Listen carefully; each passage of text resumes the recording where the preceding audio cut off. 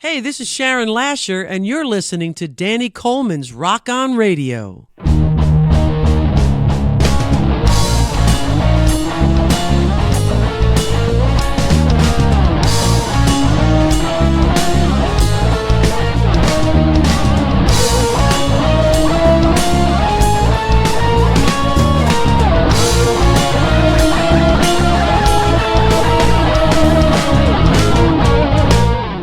We go. That's a lot better. Ha! Now that we know we're up and working here in what number is this now? Oh, I don't know, 15, 16. Is it chapter. that many? I don't know, maybe. I'll just make it up. We are here in the home of Shelley Fabre for another Franken show. Welcome to Rock On Radio. I am your host, Danny Coleman. Producer Claire is here For the library edition. For another library edition of Rock On Radio. And tonight we have interviews with Eliza Neals, because she's going to be at the Lizzie Rose on November 1st. Nice. And we have interviews with Warren Zanes, who is the gentleman that wrote the book about Bruce Springsteen. They just turned into a movie. Oh, interesting. And then we have Sean Barker, who is the number one Johnny Cash impersonator around the globe. He's been literally in several kinds. He's played in Australia. Mm-hmm. People have requested him to come because he has a show on October 24th at Atlantic City at Caesars. Nice. And then the 25th at the Newton Theater, I believe it is. Oh, Newton or Newtown? Newton. Up in Newton, New Jersey. Yep. Gotcha. So we'll be airing all three of those interviews, plus some music, and that'll be that. Nice. So, once again, welcome to Rock On Radio, which is sponsored by O'Connor's American Bar and Grill of East Hampton, Mount Holly, New Jersey. They are the official caterers of Rock On Radio. The Jersey Shore Jazz and Blues Foundation. Go to jsjbf.org and see what the foundation has in store. They've got, I just saw the other day, Regina Bonelli is coming down to do one of the Reckless Steamy Nights. Nice. So that should be out in Highlands, right? That's at the Women's Club of Red Bank, the Reckless Red Bank Steamy ones. Nights. Gotcha. But yeah, they do stuff at the Chubby Pickle all the time, yes. Lillipies of Princeton. Lillipies is the official dessert provider of Rock On Radio. They can be found inside the Princeton Shopping Center, located at 301 North Harrison Street in Princeton. Right by Color Me Mine. Phoenix Art Supply and Framing. They are located on Route 611, otherwise known as Southeastern Road, in Doylestown, Pennsylvania.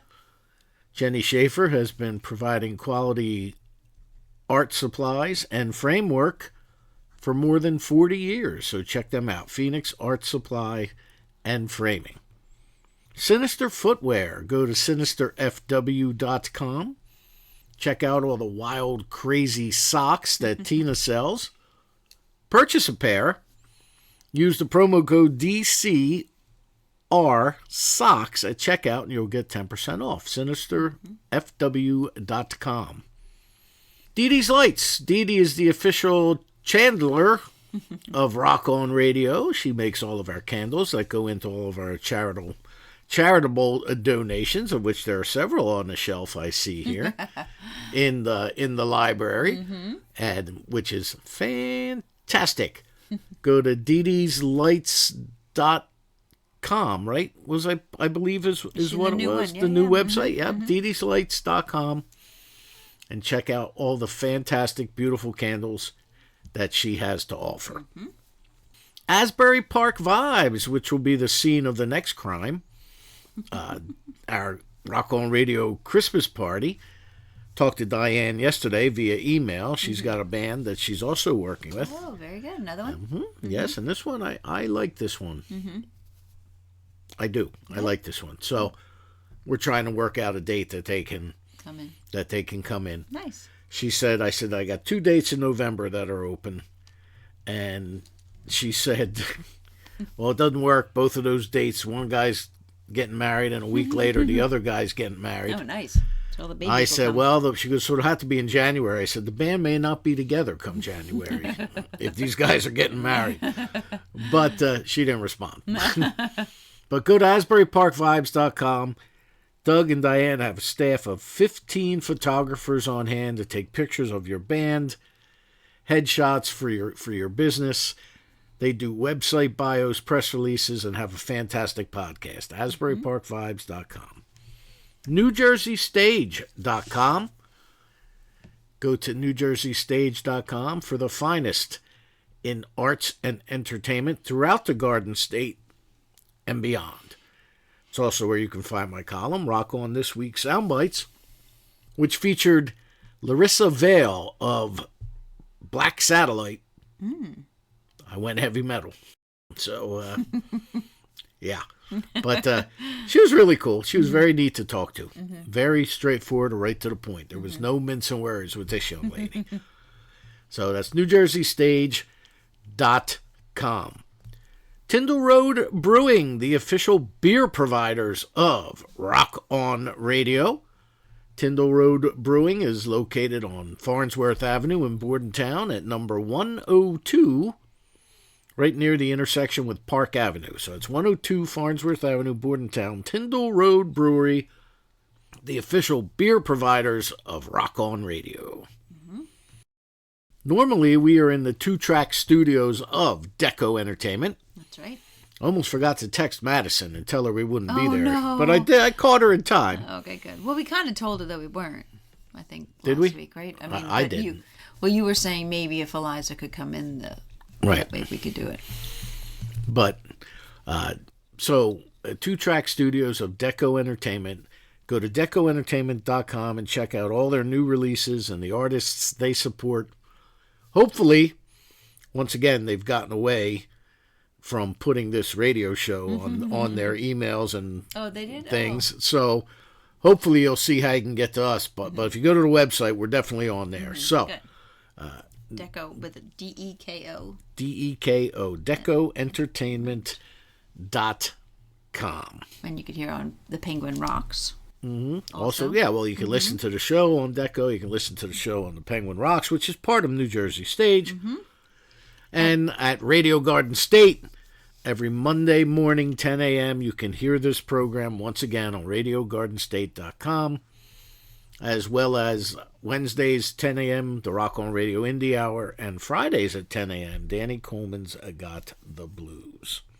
If you want to find out more about us, you can go to our Facebook page, which is Danny Coleman's Rock On Radio 2. That's the number 2. Instagram at Rock On Radio, like Elmer Fudd. Rock On Radio, all one word, all capital letters, or how else, Claire? They go to DCROR.com, which is the short link for Danny Coleman's RockOnRadio.com. Correct. All right. So we're going to get things kicked off in the Franken Show edition. Recently, I got a message, and you know how I love getting messages from Ms. Neals. And she reached out because she will be at the Lizzie Rose Music Room on November 1st. And she said, I got to reach out to Danny. I haven't talked to him in a while, and this is just as good a reason as any. Nice. Her and Jay are doing fantastic. She got a lot of stuff going on. She hit a lot of festivals this summer. Oh, nice. A lot of larger events. She's going to tell me about she going back to see Buddy Guy, who loves whenever she comes to nice. town. He always makes sure he joins her on stage. So if you're going to be in Chicago and you get to Buddy Guy's, look up when Eliza Neals going to be there because there's a 99% chance you'll see Buddy Guy join her. Nice. But that'll be our first interview. We're going to play the interview with Eliza Neals, and we got a couple of tunes in there from Eliza. Her new one that just got some Grammy consideration and made it through the first round. Very cool. Speedy Beatty. Speedy Beatty. Speedy Beatty. Speedy And Beatty. she talks about the whole thing about Speedy Beatty. How it's about a rooster named Speedy Beatty.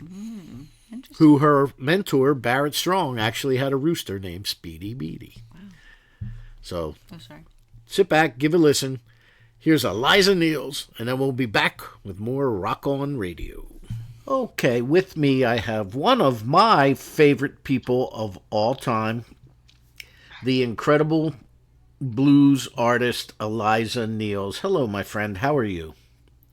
Hi, Danny. You're one of my favorites too, so we're even. I'm doing pretty good. So glad to be with you again. It's been too long.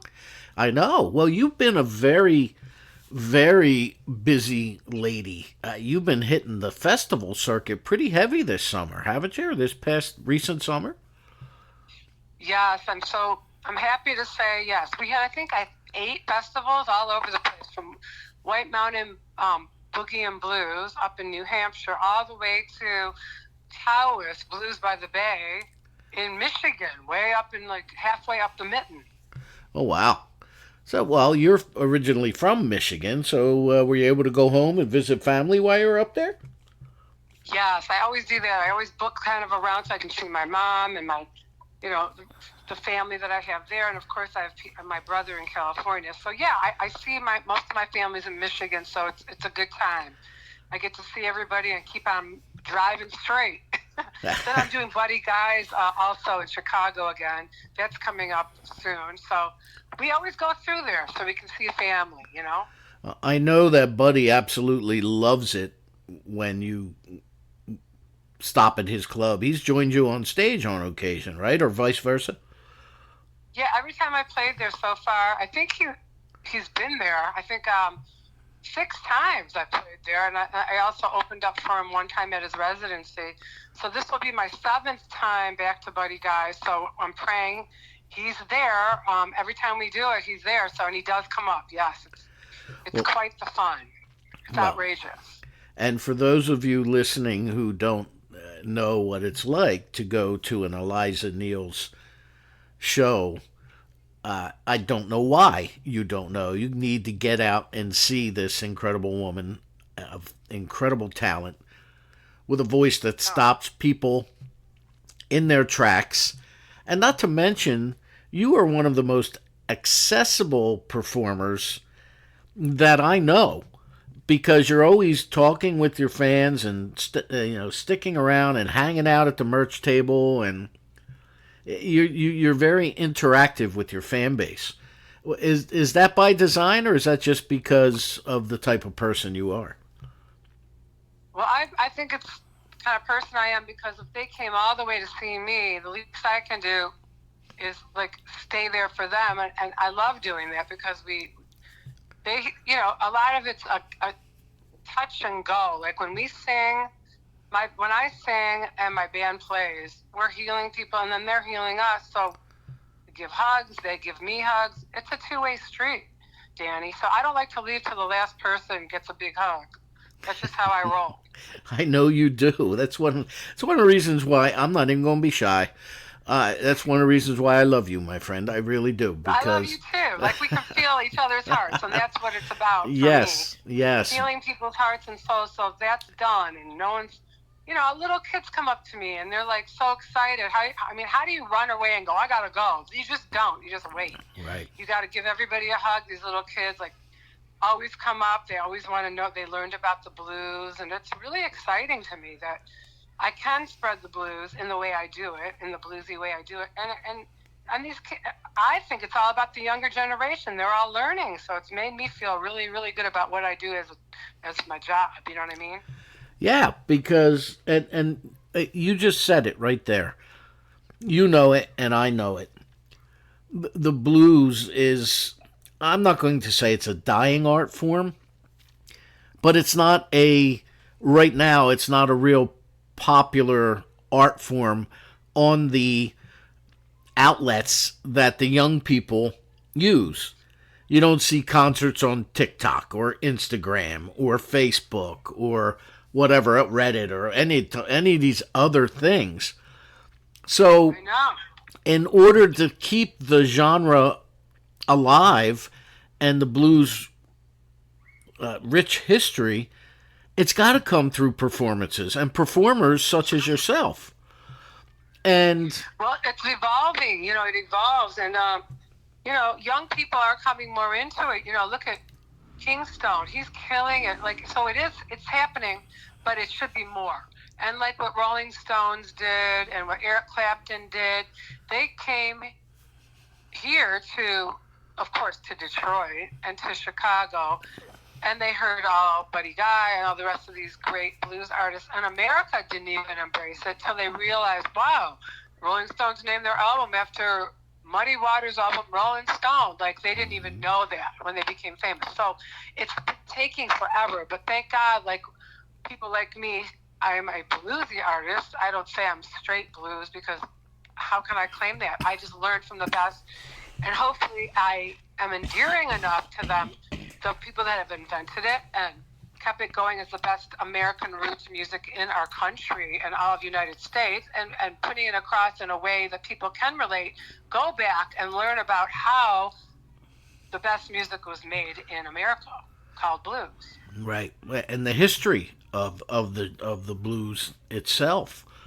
I don't know if Exactly. I don't know if I told you or not, but Claire and I went with the Jersey Shore Jazz and Blues Foundation to Clarksdale, Mississippi Oh, wow. in March. To go down there and see the birthplace of the blues and make the connections and the people and artists that have come from that town. And it was just, there's so much history. I mean, I went out to Muddy Waters where his house stood, and now it's in the Blues Museum right behind the hotel we were staying in. We went to juke joints that were, a couple of them were so dilapidated, if it rained, you couldn't open because the ceiling leaked too bad, the roof leaked too bad. And it is just an incredible experience. I mean, the things that came out of there. And so preserving the blues and its rich history, I think, is paramount. And you do a fantastic job of that. And well, gosh, thanks. You know, Barrett Strong, my mentor, came from Cedar Bluff, Mississippi. That's his hometown. Then he migrated to Detroit when his family moved there, right? So Barrett was kind of like one of the beginning people to bring the blues sound to Detroit, unbeknownst to himself, when he got signed to Motown, which is Blues at the Beat, which is what I always say. And his cousin is Howlin' Wolf, Barrett Strong's cousin. And his roots go deep. I mean, he went to school with Aretha Franklin. So that's who my mentor is. So he was always telling me, you need to sing the blues, you need to sing the blues. Listen to Bobby Blue Bland, listen to Etta James. So finally, after I started writing my own music and everything, I went back and did everything he told me to listen to and blah, blah, and listen to him, of course, with Money, That's What I Want, which you got the idea from What I'd Say by Ray Charles. So all I'm saying is it's a big circle. And he's one of the main blues artists that came to Detroit, and that's who I learned from. So I think, that's such a big reason that I kind of write the way I do and the way I sound is because of his teachings, and then, of course, growing up in Detroit. So it's what I do. Like I said, I'm not claiming to be a blues singer. I'm a bluesy singer who takes from it and tries to preserve the best way I can to keep it going. And you do fantastic at it. And Thank you, Danny. That opinion will not waver. Thank you. Now, since the last time we talked over the phone and not through, text or message, you and I had a friend of ours pass away. Joe Louis Walker left this earth, and he was a big part of your development as an artist as well, correct? Absolutely, yes. I just got done talking to his wife today, Robin. In fact, they called me from NPR after he passed away. I think it's 2 years. No, it's not 2 years. People have called me ever since to talk to me about it. And all I know is he was a huge influence on me. He heard my music. He loved it. And it was toward the end of the past, I guess, 3-4 years working with Joe. He just told me, you know what, everything you're doing is right on the money. He goes, just do it more. You don't know who you are yet. Things like you know more than you even think you know. And it's like when Joe Louis Walker tells you that stuff, you're like, what? And he says, you have it, Eliza. Just keep doing it more. Do it more. So I'm like, okay. When Joe tells you that, that's what you do. And so he's really, really gave me more confidence and taught me a lot of stuff like don't work so hard. When I'm huffing and puffing on stage trying to do this, they just stand there and let the other band members work for you and do what you do, but let them work too. Don't go so crazy. Take a breath. But I learned so much from Joe. He's a miracle in itself for the things that I learned from him. It's just endless. And I miss him, and I miss him, and I miss hearing his voice. Well, what I want to know is you give the very best stage cues I have ever seen in my life. And I don't mean that. You either whip that hand up and let the band know where you're going, or you look over your whatever you do, your band always knows where you're going. And I often wonder, I meant to ask you that after the Jazz and Blues Fest last year, but I've totally forgot. So where did you learn to give those kind of cues, or is that just something that comes natural? Well, it comes natural, but then as I realized I was doing that, because look, when I'm on stage, it's a work in process. Like, it's not rehearsed to the umpteenth power where we're like sick of the song. I sometimes just call a song, and the guys have to be ready because I know they are. They're great, and they have to follow what I'm doing because they're like, well, they don't know what I'm going to do. So when I'm on stage, it's a work in progress on stage. It's like a reality show. I don't rehearse everything. We just, on the fly, I want to hear more soloing. I want to hear more keyboards. So I'm throwing my hand up, summoning everybody, and they follow me like clockwork. And it's become part of the show, kind of like, I'm going back to like Holland Wolf, Chuck Berry. Like, they just put their foot down, the band followed. They put their hand up, and like, it's part of the show. Barrett used to tell me, have the drummer, give the drummer some. Oh yeah, so like, stop your foot, 1, 2, 3, 4, and it's like old school, like James Brown, go back to the old school. It's part of the show. Right. Like Etta James, if she doesn't hear the right downbeat, or Aretha, they stop the whole band, start over. Like, it's just part of the show. But I didn't even realize I was doing it that much till I saw a video. I'm like, what are my hands doing? But then people tell me, we love that. They're like, we love when you do that. So I guess I'll keep it in, Yeah.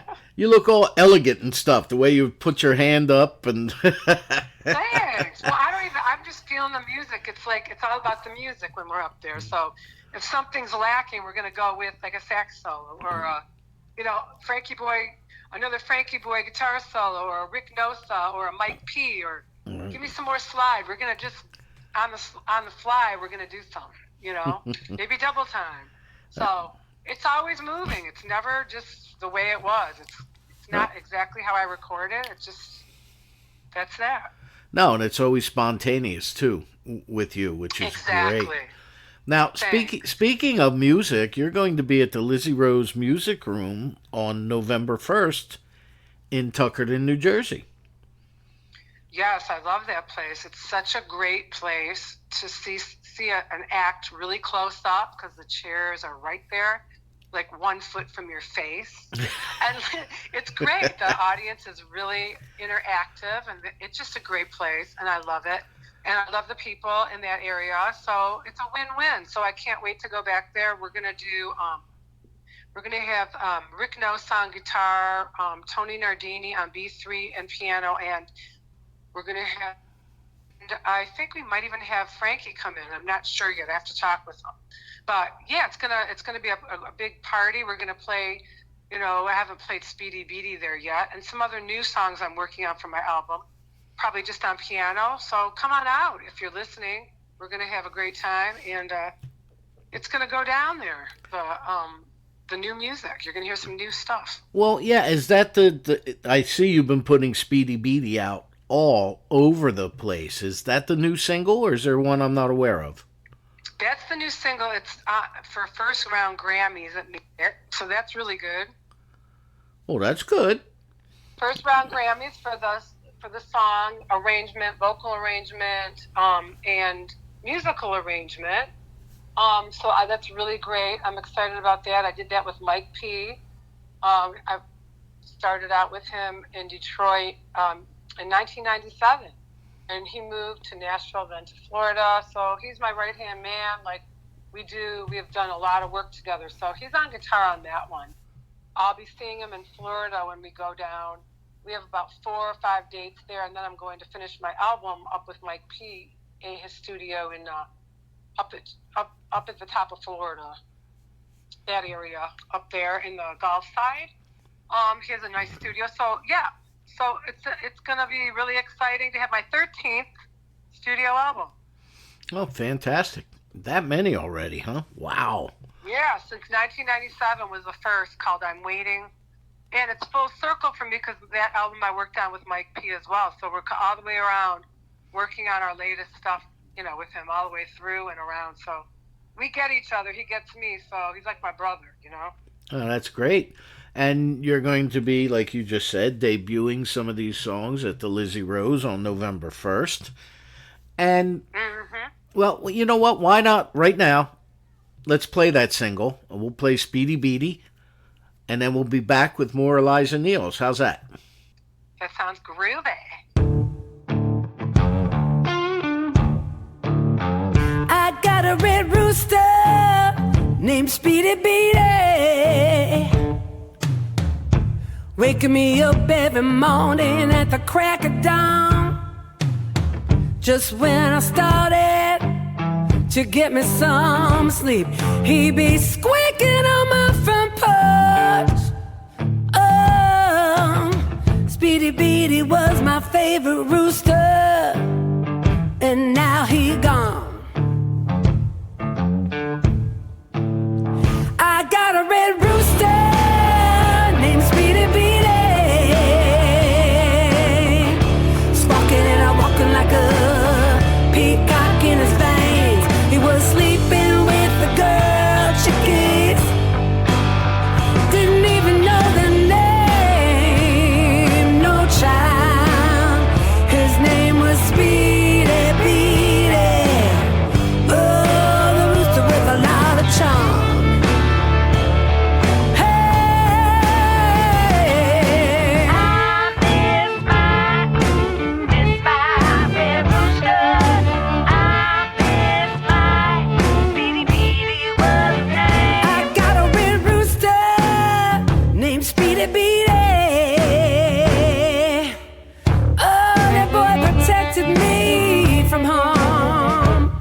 Then a mangy dog came sneaking up around, and he chopped Speedy Beady up into his jaws.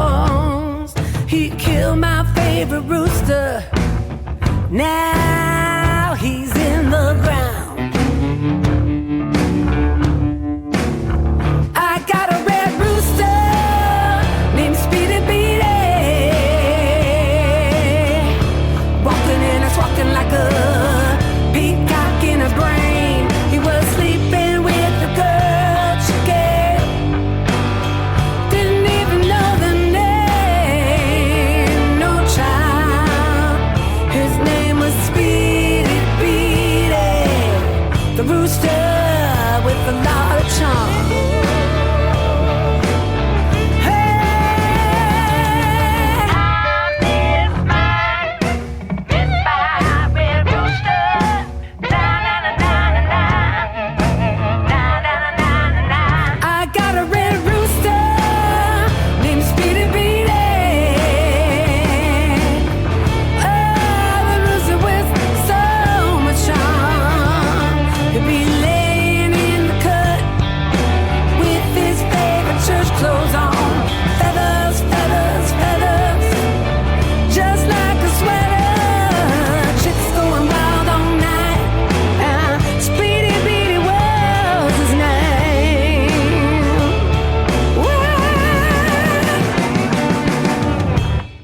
Speedy Beady from Eliza Neals, who I am lucky enough to have with me on the telephone here. thank you again so much for taking the time to talk to us, Eliza. It's an honor, Danny. You've always welcomed me from the beginning, and I really appreciate that because, it's hard out here. There's so much stuff going on. When you find a real, true, you can feel the heart energy you have. So I thank you too. I really do appreciate it. There's only a handful of people that you seem to connect with right away, and you and Jay and your team. For me, that's it. It's always such a pleasant experience to see you perform, be in your company, hang out, whether it's with you or like Jay and I did at the Sellersville Theater, have a beer and yeah. And it's always, but to see you is what, as you said, or as I've been saying, and forgive me if I'm gushing, but I've seen you on multiple occasions, and it's always fun. Let's see, Jazz and Blues, the Christmas party. When they told me you were the band for the Foundation Christmas party, I was ecstatic. And that was a blast, wasn't it? Yes, yes. Yeah, that was so fun. Thanks for coming to that. That was that's already a year ago? Wow. That's coming up on a year. Can you believe it? I think it's the last time I saw you face to face. It's been a while. Yep. Yeah, that was fun. Well, I'm going to try and get to the Lizzie Rose on November 1st. That's for sure. Oh, I hope so. Yeah, that'd be great. So tell me. We'll be coming right back. Let's see. Right after that, we hit Florida, and then we're going to Detroit, and then coming back. So okay, it's a kickoff. That's a kickoff date for the Florida tour. Oh, nice. All right, and of course the Lizzie Rose. They don't charge you for parking. Tickets are always relatively inexpensive, and you are so up close and personal with your audience that you can't help but enjoy yourself and have a good evening. And it's a really neat venue, an old Victorian house, and it's great that they're having you back. So before we get into more about the Lizzie Rose, tell me about Speedy Beatty. Okay. Because I know the blues tune Red Rooster and My Little Red Rooster and so on and so forth. But go ahead, where did Speedy Beatty come from? That's so funny you asked me, because people are like, what in the hell? Someone even asked me, I can't remember who it was, some big producer guy. What's a Speedy Beatty? He said to me when I told him the name of it, and then all of a sudden he hears it on Bluesville all the time. So then he figured out what it was, I guess. But the true story is it was Barrett Strong's pet rooster in Detroit. And it was a real rooster named Speedy Beatty, and it was Barrett's pet. And he used to tell me about this rooster. I never got to meet Speedy Beatty, but Barrett would tell me he had this rooster, and the rooster would be up in the tree crowing first thing in the morning, waking him up. He was so mad sometimes he wanted to sleep in. But he loved this rooster, and this rooster was really fun, kind of like a pet, like a dog or something. It was like his buddy. And it would run up and down the basketball court with Barrett, do all this funny stuff. And one day, there was this vicious dog that came through, and he actually killed this pet rooster, Speedy Beatty. He was really depressed about it, told me the whole story, how he was looking for that dog. He wanted to find that mangy dog and all that. And then it never left my mind, this rooster name, Right. So I'm listening to tracks over at my friend Mike's, my co-producer and co-writer and stuff like that. I'm over at his house, and we always collaborate on stuff, or sometimes I just play everything on the piano and do it. But this just so happened he had this track, and it was all like rocking out, and it sounded so cool. I'm like, wait a sec, put that on the board. I want to sing something to it. And then here comes Speedy Beatty, boom, right out. I didn't even know what I was doing. I just like, I got a red rooster. It just came right out of my mouth to that track, like pretty much the whole song, damn near the whole song. I had to fill in the last verse, and make it a double entendre about a guy, chicks up all night, and wearing his feathers, feather jackets, and just the whole thing. It's a double entendre, and there was Speedy Beatty. That's how it became a song. Well, And I figured, Howlin' Wolf's rooster never crowed. Right? Yep. He wouldn't crow for days. So now mine won't shut up. So it's like totally different, but it's like a play on it. You know what I mean? Yep. That's how I was going with it. His doesn't crow, mine doesn't shut up. Well, it's a great tune, and I hope everybody that's just heard it enjoys it or enjoyed it. And if not, what's wrong with you people? Well, it's still on Bluesville, like 2-3 times a day. So since May. So thank you to Sirius XM Bluesville and keeping my music on. It's a blessing, and I guess everybody likes it. Everybody really loves that song, so I'm happy. Well, I have to tell you the truth. Since the two closest friends of mine in the blues are you and Gina Coleman from Misty Blues. I love Gina. Yes. And I'm going to tell you the truth. Whenever I'm driving and I see your name pop up or hers, I get goosebumps. I am so thrilled and so happy to hear your stuff on the radio. I can't even imagine. I mean, it's got to never get old, right? It's just like, wow, that's me. No, it doesn't. I'll tell you, because like the whole reason, you know, you write music and you have all this work and you have it all sitting there, you know, and you're like, I want everybody to hear this.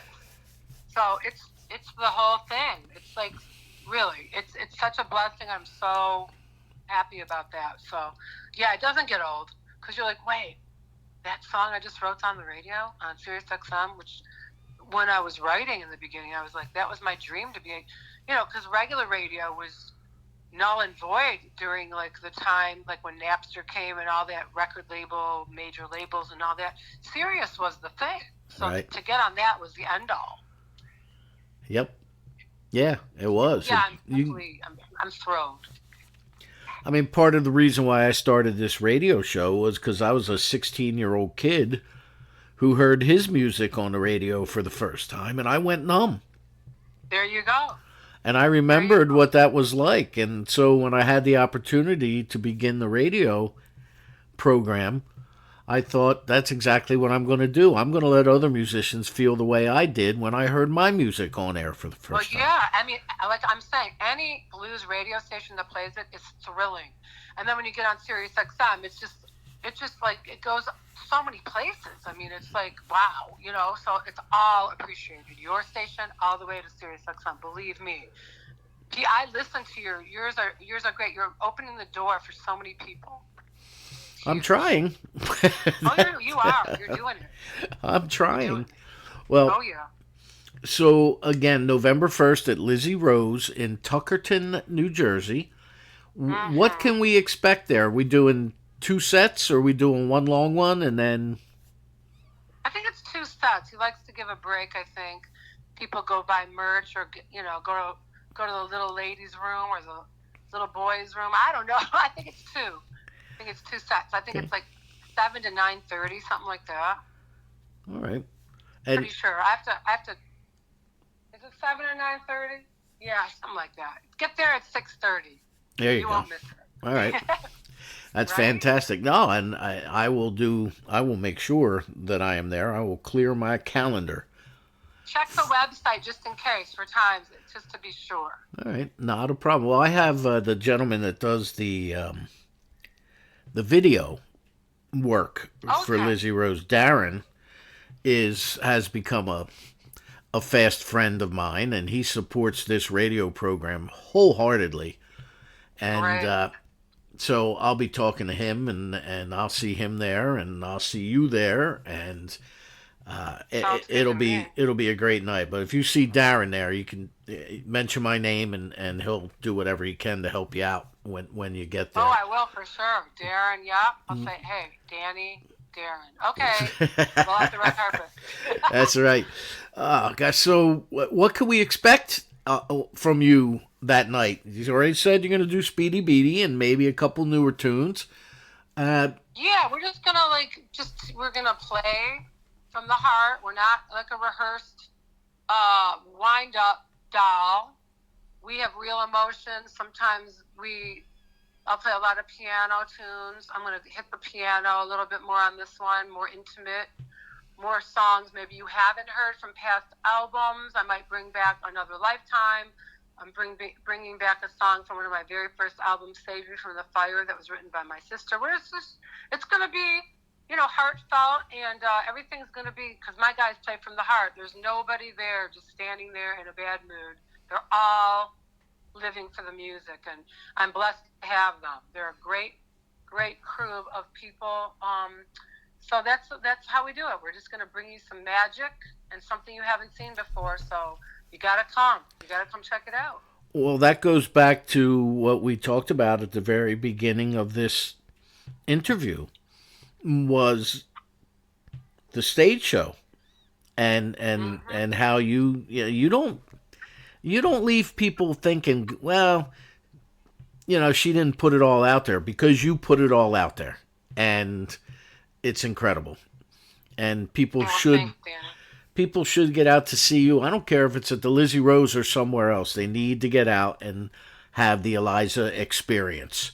And well, I hope they do, because we want to meet you, we want to see you, and maybe we can uplift you in any way. Some of the music, surely you will feel something. I promise you. Yeah. Now, November 1st, that is a Saturday night.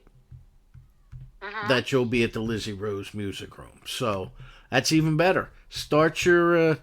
You start your weekend Friday night, and then the middle gets filled with Eliza Neals, and then Sunday you can rest. Exactly. Just rest and go to brunch at like 2 o'clock. There you go. Bloody Mary brunch. I like that idea. That sounds good, doesn't it? Yeah.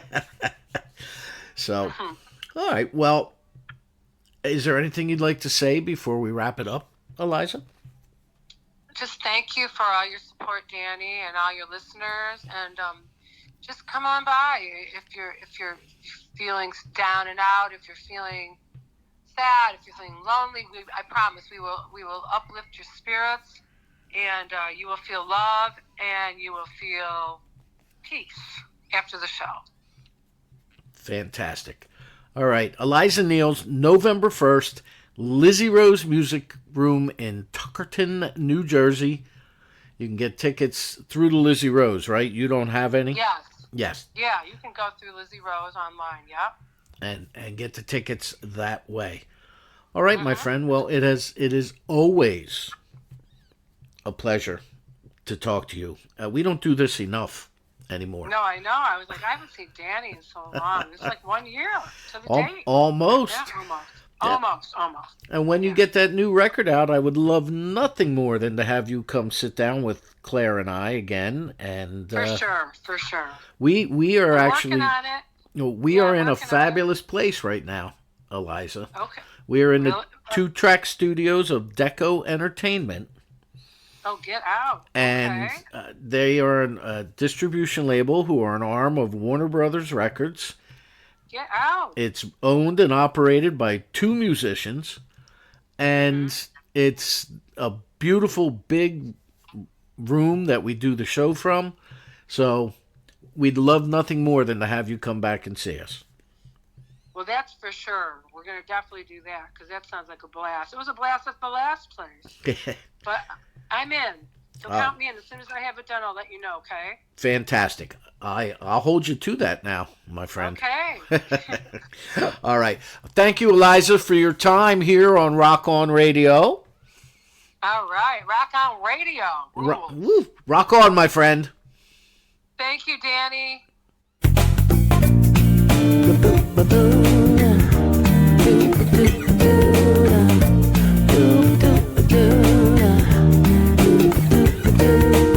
I woke up this morning, I was feeling tired and sick, so I took a ride in my car just to ease my aching head. And I saw an old man on the corner, he was talking to me about taking a rest, taking a ride, maybe feel the breeze. He said, free your soul, free your body, gotta free your mind.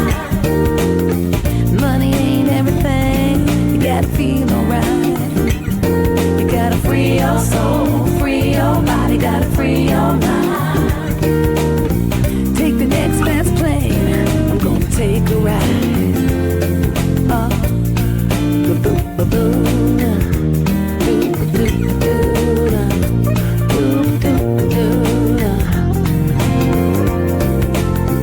went to church on Sunday, I was reading out of the Bible. He said, you gotta take it day by day. It's all about survival. The love of money is the root of all evil. That's what the preacher said. And then I thought to myself, I'm working so hard, I'm gonna wind up dead. So I went down the street and I jumped into the water. And I went down to the holy water, water, na, na. He said, free your soul, free your body, gotta free your mind. Money ain't everything, you gotta feel alright.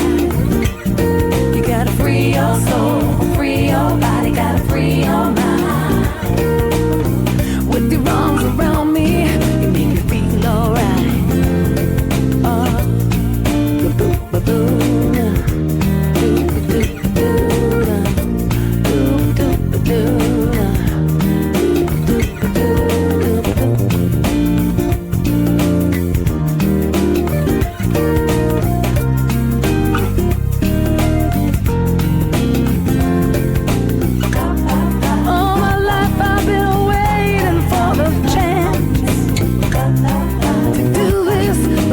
Tell me to do that, but all that really matters is just one damn thing.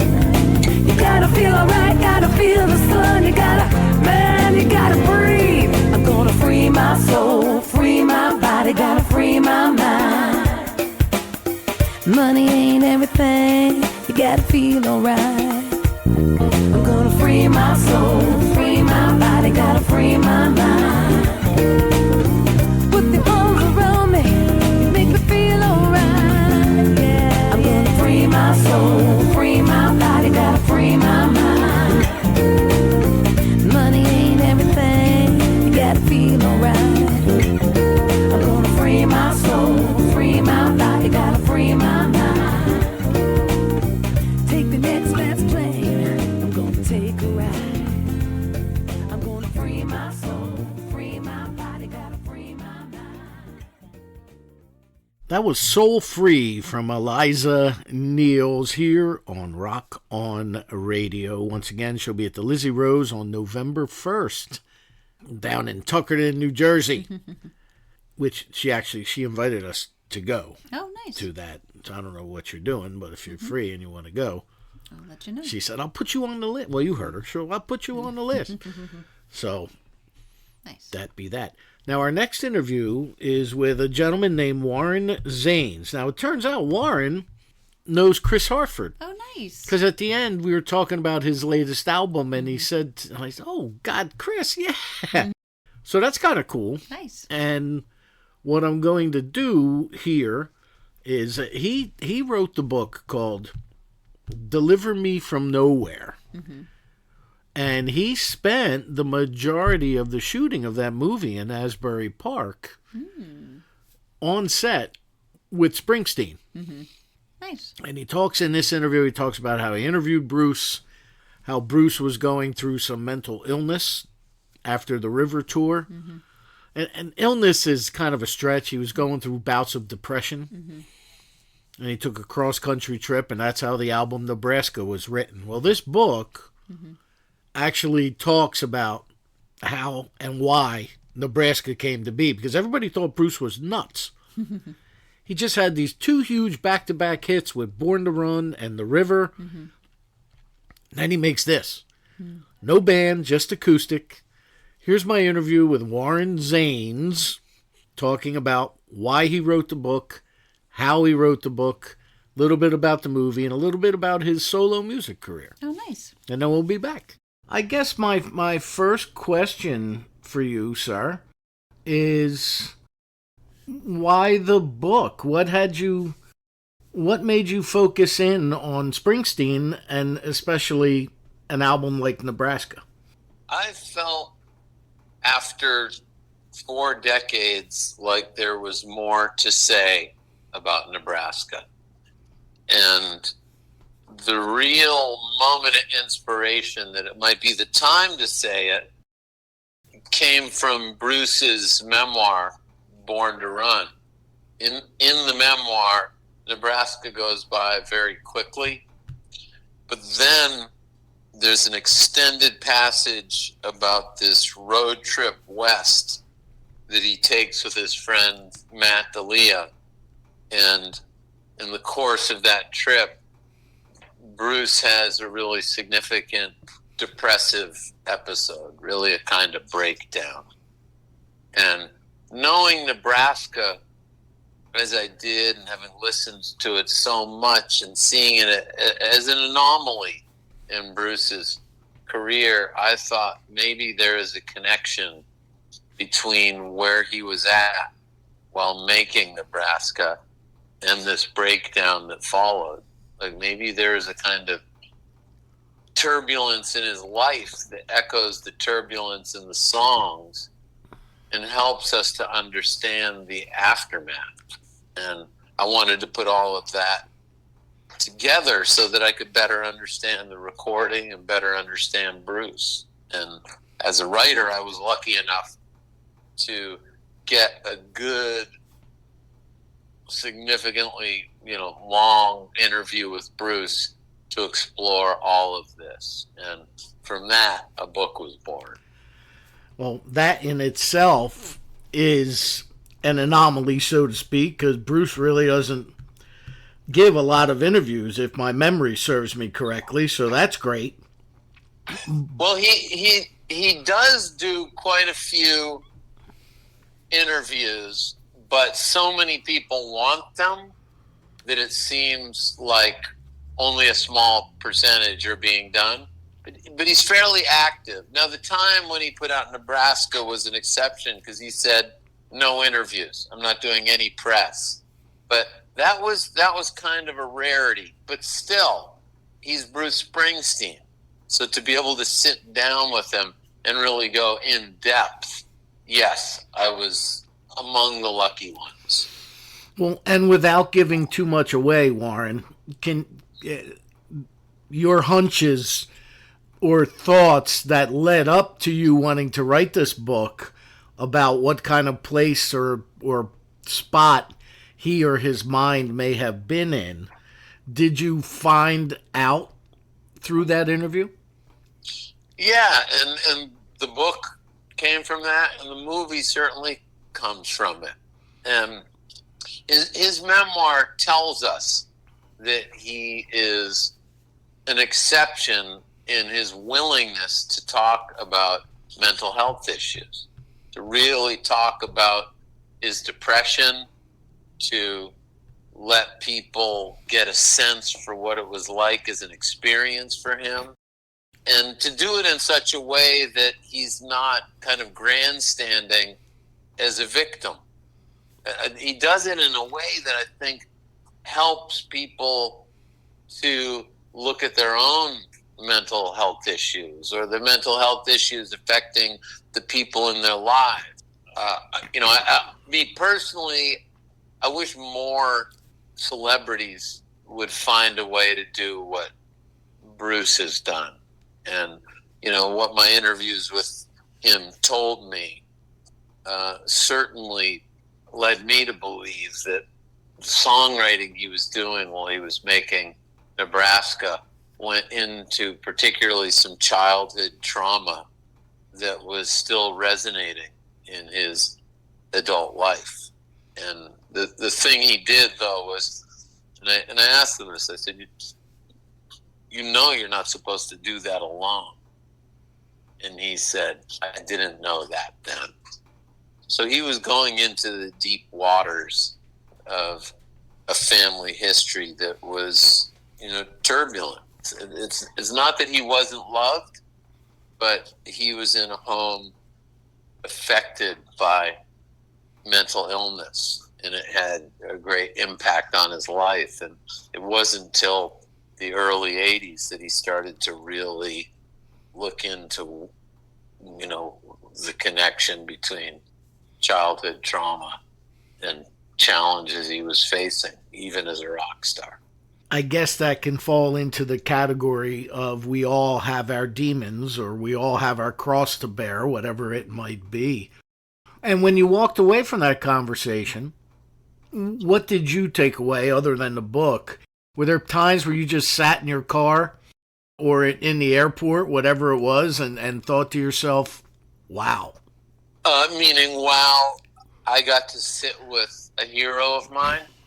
Well, yeah, but the responses to your questions, I should say.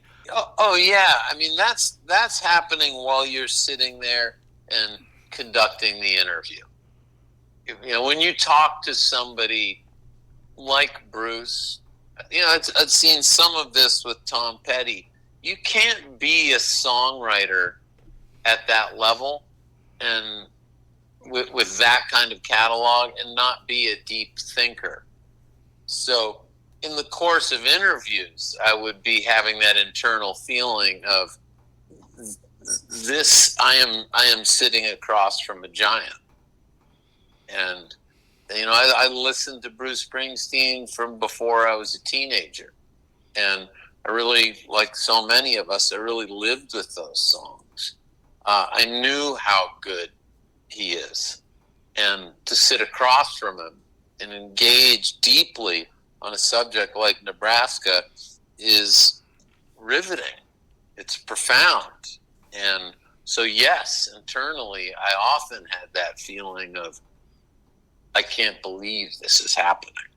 Yeah, well, and Bruce, his career has really been one of peaks and valleys, because it took a lot of guts, I think, after the major success, both in sales and touring, that the River had, that to put out an album like Nebraska. And then he come back with Born in the USA, and then then he had the Tunnel of Love tour, and what the heck was the other album that went with that? I can't remember, but so he's always kind of been consistent with what he does, or maybe better off saying inconsistently consistent. It seems like he would have been on top of the world after the River, and then he comes out with Nebraska, which kind of like Led Zeppelin 3 and Hotel California kind of got panned a little bit when it came out originally.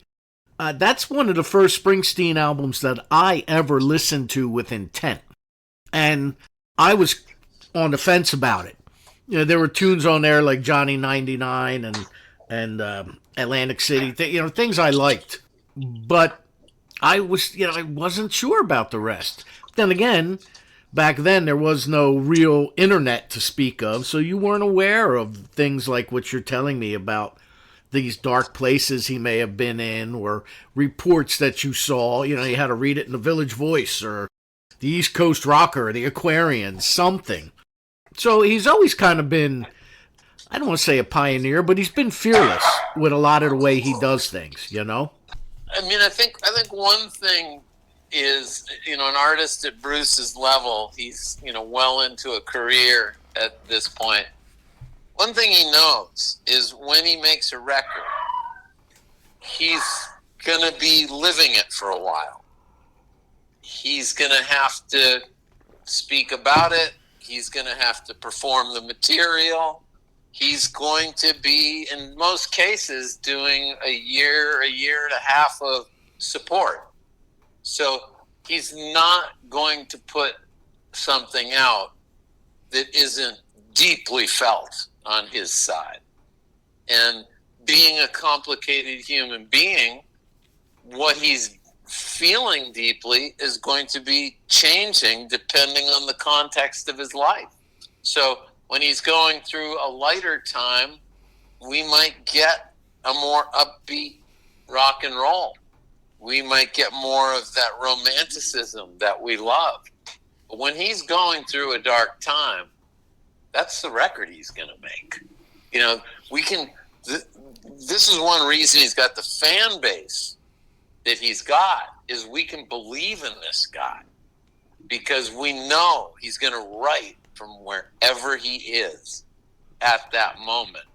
And it's going to be unguarded expression that draws us to him. You know, we live in a world where there's a lot of bullshit we're being sold. And so we identify these people who, you know, we feel aren't trading in bullshit. And that's given him a lot of believers. Yeah, it's funny, isn't it? What we, as the adoring public, so to speak, will believe out of a celebrity's mouth. And it's just funny because in their private lives, we don't know who they are, but we're always willing to listen, which I think has its good and bad points. But the title of the book, Warren, I find kind of interesting. Deliver Me from Nowhere. Can you elaborate on that one a little bit? Well, it's a lyric that shows up twice in two different songs on Nebraska. There are a few lyrics because it's unfinished material. So if it were to be finished, we wouldn't see the same lyrics showing up in a few different places. He was obviously still writing. But the fact that that phrase, deliver me from nowhere, shows up twice tells you that it was sitting pretty deeply in him at the time. And then I think, that phrase, deliver me, it has a little bit of a religious tenor to it, to be delivered from something. Deliver me from this hardship, deliver me safely from this impasse. When you put it, deliver me from nowhere, it's such a statement of despair. I just always found it to be really striking, but also a glimpse into how Bruce puts things together. And in that phrase, it's so packed. Deliver me almost seems to be leading toward a more hopeful, more redemptive conclusion. And then you get that nowhere. You just slam into it. Like, it's Bruce at the top of his game with language and at the bottom of a life experience. Yes, which I'm going to ask you something that's kind of has to do with this topic, but may not have anything to do with this topic. He put out a second album that I always equated as very similar to Nebraska, and that was when he did The Ghost of Tom Joad, which a lot of people thought was like, what the heck is Bruce doing? Kind of like, it seems like he does these albums like Nebraska and that for himself and kind of just throws everything else out the window. So this is for me. Like it or leave it, this is for me type of attitude. At least that's what I always thought. Whether that's right or wrong really makes no difference. But to do albums like that, again, that takes some guts. You got to have faith that your fan base will love you no matter what. Yeah, there's risk involved. I think there was a lot of risk involved with Nebraska. I mean, we're here today because it paid off. But for a minute there, he had a record company that wasn't sure what to do with it. He had a manager who was wishing that he could turn his focus to the Born in the USA material. He had a fan base that was confused. There was the risk that he would do something to hurt his career. And he was willing to make it. And, I think it's not that every now and then he does something for himself. I think he's always doing the thing that is just truest to him in that moment. And that means it's going to be a series of departures. On some level, the worst that could happen is that he's not interested in what he's creating. But that's not what it's been with Bruce Springsteen. He's kept himself interested, and because of that, we stay interested. But it means that there will be these quieter moments. But it's also worth recognizing that there's an aesthetic similarity between Nebraska and the Ghost of Tom Joad, but they're very different in the sense that with Nebraska, Bruce didn't know he was making an album. With Ghost of Tom Joad, he knew he was making an album. With Nebraska, he was just making a demo that was intended to be referenced so they could re-record the material, which means that you have it's the sound of a person who doesn't know people are going to be listening to that sound. And so you have this radical absence of self-consciousness. If he makes a mistake, he keeps going. It doesn't matter because no one's going to hear it. So Nebraska is the closest we will ever come as listeners to being alone in the room with Bruce. Tom Joad, he knew he was making a record. Right. Okay. Actually, I have a quick story for you, Warren. Back in, I guess he went on, Bruce did a series of solo shows here in Jersey. And one of them he did at the arena in Trenton.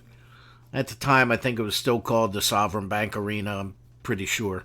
But I was the UPS driver that had that building on my route. I watched it from the day they broke ground to the day it was finished and the first event there. Well, Bruce did 3 nights there in November. It had to be back in maybe 95, 97, maybe somewhere around there. And so I used to take lunch in the arena parking lot because I would, have a UPS truck. It's hard to park on a urban busy street. So I used to go to the arena where I had no trouble parking. So I went in one day and I said to the old security guard, I said, "Hey, Dave, is Springsteen do his sound check yet?" He says, "No." He goes, "Go on down, just don't bother him." So I walk in and there I am sitting about 10 rows down. And it was just me and Bruce. And Bruce was on stage. I don't even know if he saw me or if he cared. But it was just me and him. And I got to watch his entire sound check. It was just Bruce, his guitar, and a piano. And it was really a neat experience. So I can actually tell people in a roundabout way that I had a private concert with Bruce Springsteen. Yeah, no, that's fantastic. Being the UPS driver there had its advantages. I also got to watch Blue Oyster Cult, Steppenwolf, Journey. Multiple other bands had their sound checks that came through. But I found it just interesting, the risks, as you just said, that he wanted to take. So I see that you interview people like Roseanne Cash and Little Steven and so on and so forth. And when you got their opinions and then you interviewed Bruce, how hard or easy was it for you to put this book together? Well, they're all hard, and one symptom of the fact that it's always a challenge is I wrote it twice. I wrote one version that was much longer, and my agent and my editor both read it and felt like I hadn't gotten the book. So I went back and I started from scratch and wrote it a second time. And, for one day I was wondering if I was going to be able to find the energy needed to do it. And that passed. And they were right. And I rewrote the thing, and I was able to give a book to John and to Bruce that I knew was the right one. And, I'm lucky to have a good team that will say the hard thing when it's time to say the hard thing. Well, that's important. Honesty, I believe, in criticism, creative or constructive criticism, I believe, is very important. So how long did it take you to write Deliver Me from Nowhere? It's always hard to calculate these things, but at least a couple of years. It just doesn't happen fast. Flaubert says there's no writing, there's only rewriting, and I think that's the truth of it. So it's hard to say. It's hard to say. And where does a book begin? A book begins before you reach for a pen or a computer. You're really thinking it through and trying to envision a story, and on some level, kicking the tires to make sure that you don't get halfway and find out there actually isn't a second half. Yeah. Oh. In this case, the problem was that there was so much more could be done. It is a very dense topic.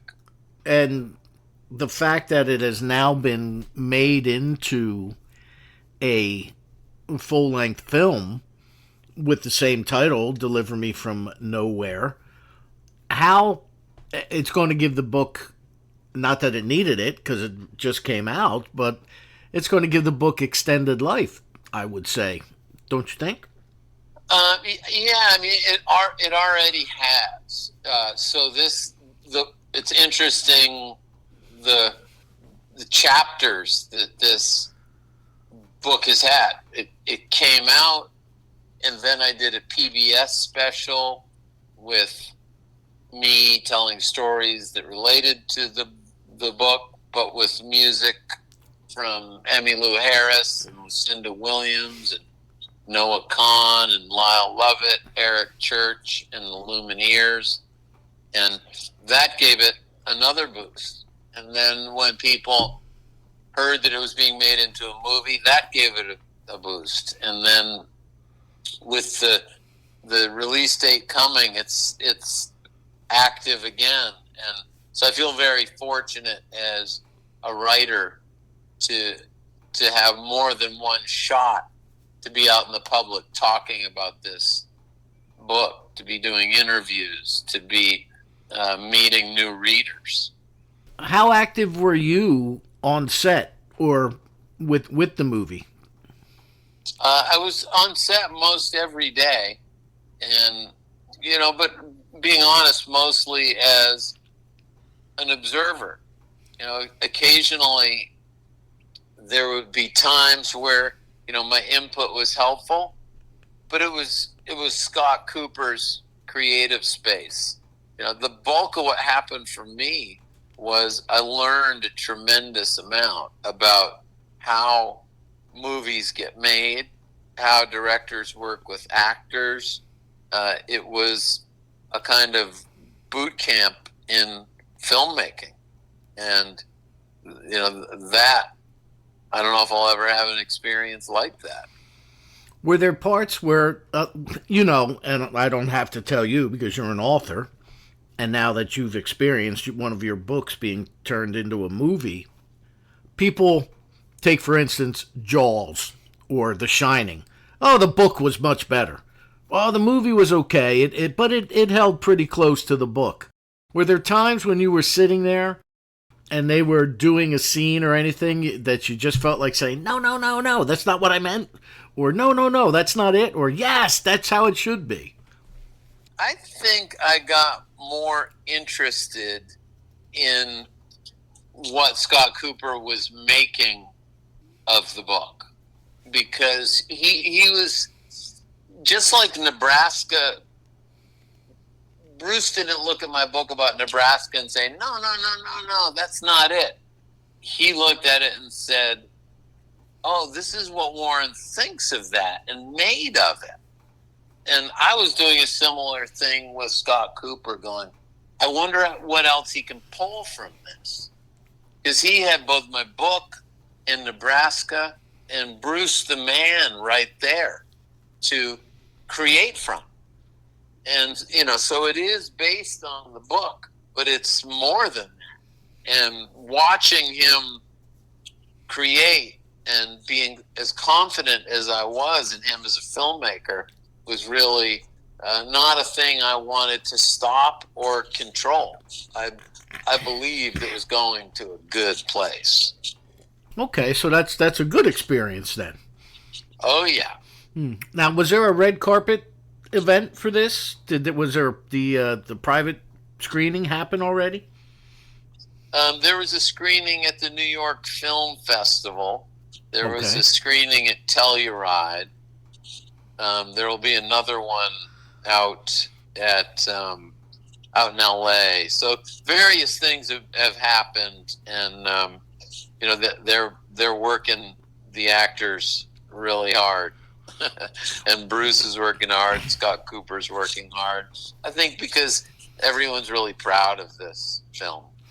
Well, the day that they shot the scene at Frank's, Yeah.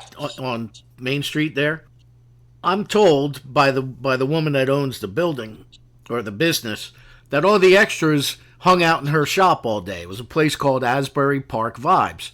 She's one of my sponsors for this radio program, and she is a sweetheart of a person, huge supporter of the local music scene. Did you get to go into her place, or were you kind of forced to stay in Frank's?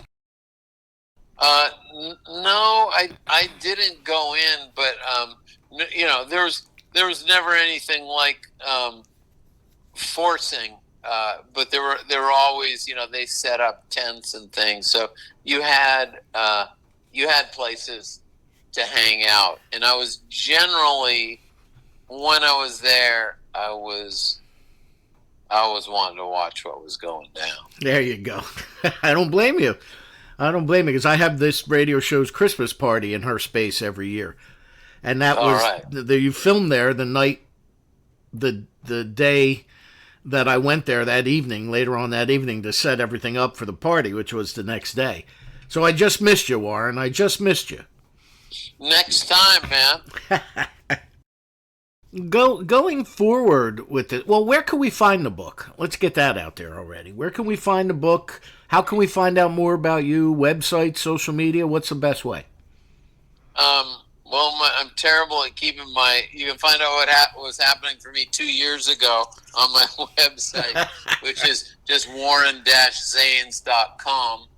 And the book can generally be found in book places, but, when in doubt, the Amazons and the Barnes & Noble online, you can always get it there. But I live in Montclair, so I say go to Watchung Booksellers. Okay, are you doing any book signing tours or local appearances? I'm very familiar with Montclair. I used to be in a band with a woman that lives up there, and we used to play Tierney's and Trends and a couple other the places up there in Montclair. So, I'm not doing some events. I'm doing an event at the Van Vleck Gardens the day after the film's release. I'm doing a couple screenings here as part of the Montclair Film Festival. And then I'm doing another event on Staten Island that's really just like a house party. And then I'm, going to the premiere out in Los Angeles, and going to do an event in Nashville, one down outside of D.C. and Virginia. So a fair number of things, but some movies, some books, some both. But I always have to get home because I teach at NYU, and I got to see my students.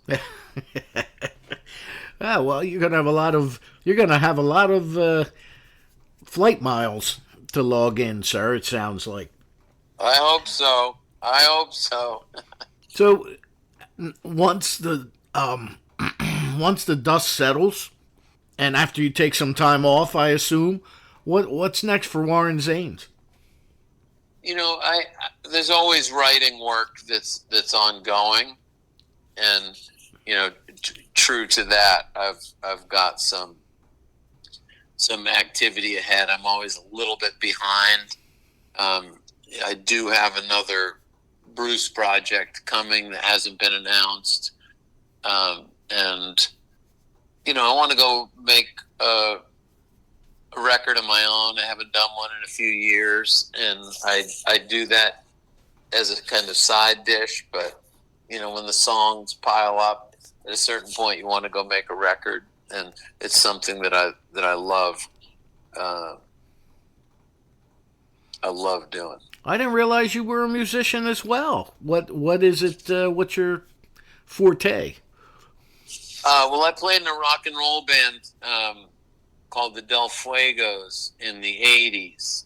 And then later on, I made records under my own name. So I've done like 4 solo recordings in addition to that. But I also play in a band with the Irish poet Paul Muldoon. And we just put out a record that was produced by Tony Visconti, who did the David Bowie records, the classic David Bowies. So, yeah. Warren, who else is in that band with Paul, with you? Koch O'Riordan, who played in the Pogues. David Mansfield, who played in Bob Dylan's Rolling Thunder Band and does a lot with T-Bone Burnett. Chris Harford and Ray Kubian. I knew it. I knew it. I know Chris, and when you said that name, I'm thinking, nah, it can't be the same. But sure enough, it is. How about that? Chris was just on this radio program several months back. Chris, all right. He still plays local all over the place. Has his band of changes. Oh gosh, yep. It's amazing how music makes the world smaller, doesn't it? It does. It does. Yes. As soon as you said Paul's name, I said, that's who jumped in my head was Chris Harford. But I didn't want to make a fool of myself any more than I usually do, All right, well, again, your website, social media, what is it? I'm so out of touch with that stuff, but my website is warren-zanes.com. Okay, great. And I'm easy to find on the other things. I think it's just Warren Zanes. There you go. And the book is Deliver Me From Nowhere, and that can be found at a bookstore up in Montclair, where you can be found. Is it on Amazon or all the usual suspects as well? Yeah. Okay. It's out there, yeah. All right. Great. Okay. Well, thank you, Warren. Yeah, thank you. I enjoyed the conversation, and now it's time for me to get back to work. And I appreciate you doing a little something to support this. Oh, well, we always do our best here at Rock On Radio. Rock on, my friend. All right. Take care. Well, they blew up the chicken man in Philly last night. Now they blew up his house, too. Down on the boardwalk, they're getting ready for a fight. Gonna see what them racket boys can do.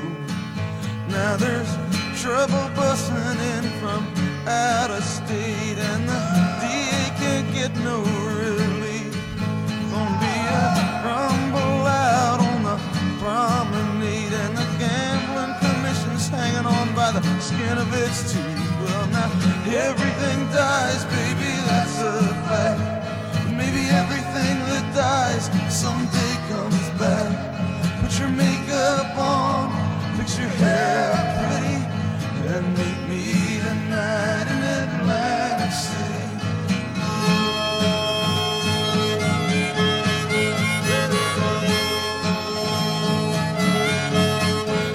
Well, I got a job and tried to put my money away, but I got debts that no honest man can pay. So I drew what I had from the Central Trust, and I bought us 2 tickets on that Close City bus. Now, baby, everything dies, honey, that's a fact. And maybe everything that dies someday comes back. Put your makeup on, put your hair up, baby, and meet me tonight in Atlantic City.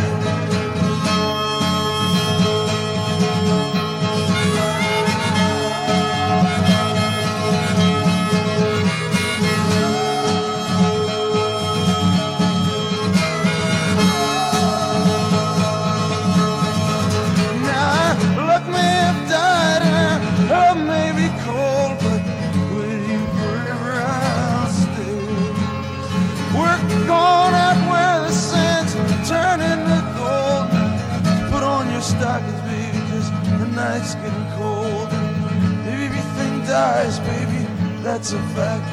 But maybe everything that dies someday comes back.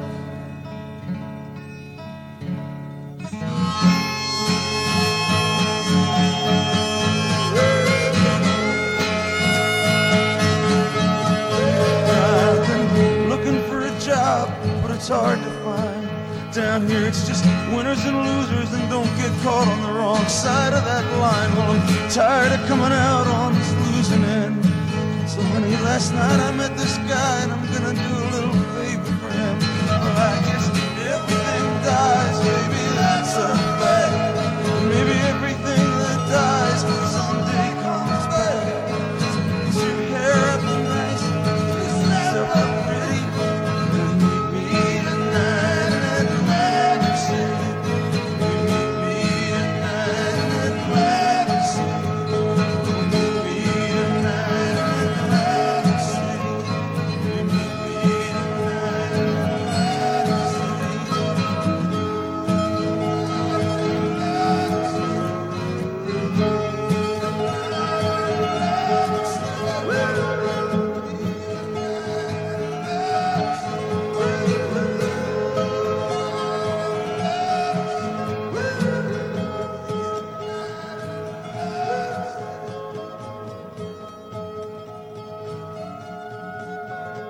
Atlantic City from Bruce Springsteen off of the Nebraska album, which in itself has got some really... I would have never put that together with that interview, because there's some really dark songs on Nebraska. Johnny 99, State Trooper. There's these... And it was very odd for him to come out with that. I guess, like Warren said, you write what you feel. And if that's what he was feeling at that time. Right. But I didn't know, like he said in the interview, that Nebraska was just supposed to be some demo tapes on a cassette for something they were going to turn into full band music at another date. Oh. But it wound up working out that way. So Oh, interesting. I don't think I've ever heard Nebraska. not a lot of people did. It got panned when it came out. Oh, did it? It really, but then again, so did Hotel California by the Eagles and Led Zeppelin 3, and they're all classics now, you know. So, once again, you are listening to Rock On Radio, which brings us to our final interview of the evening with a gentleman named Sean Barker, who has a Johnny Cash tribute called The Man in Black. This is something he's been doing for more than 2 decades, goes all over the world portraying Johnny Cash. Does he look like him, too? Yeah, he looks like him. He is kind of morphed into Johnny Cash.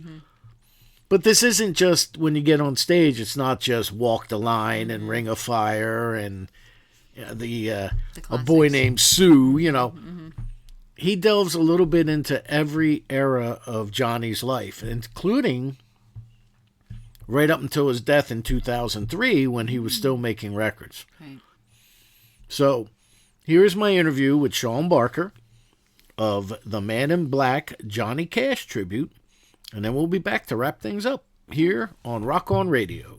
You have a Johnny Cash tribute, The Man in Black. Is that what it's titled? Excellent. How long have you been doing that, Sean? 22 years. Wow.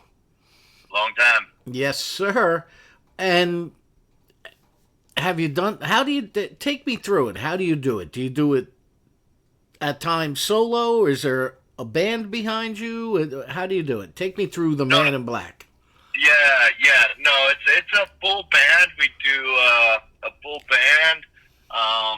So there'll be 6 of us all together. We kind of try to run chronologically through Johnny Cash's musical career from the early days of Sun Records and stuff in Memphis, Tennessee, and then all the way up through his TV show, the Live in Folsom Prison albums, and on up into the things he was doing with Rick Rubin and the American recordings right there before he passed away. Oh, okay. So it's a total chronological thing. So how long is the show usually?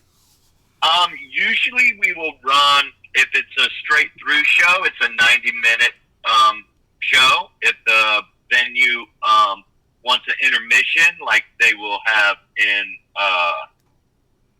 in Newton, they always like us to do an intermission, so it becomes a 2-hour show to where we do like 2 45-minute sets, and then we'll do like a 20-minute intermission in between. Okay. Do you ever do Q&As or anything of that nature? No, we really don't do anything like that. I usually will go out and do a meet and greet after the show and talk with people, but during the show, we're pretty straight through. Okay. So you'll be at the Newton Theater on October 25th. Yes, sir. Up in Newton, New Jersey.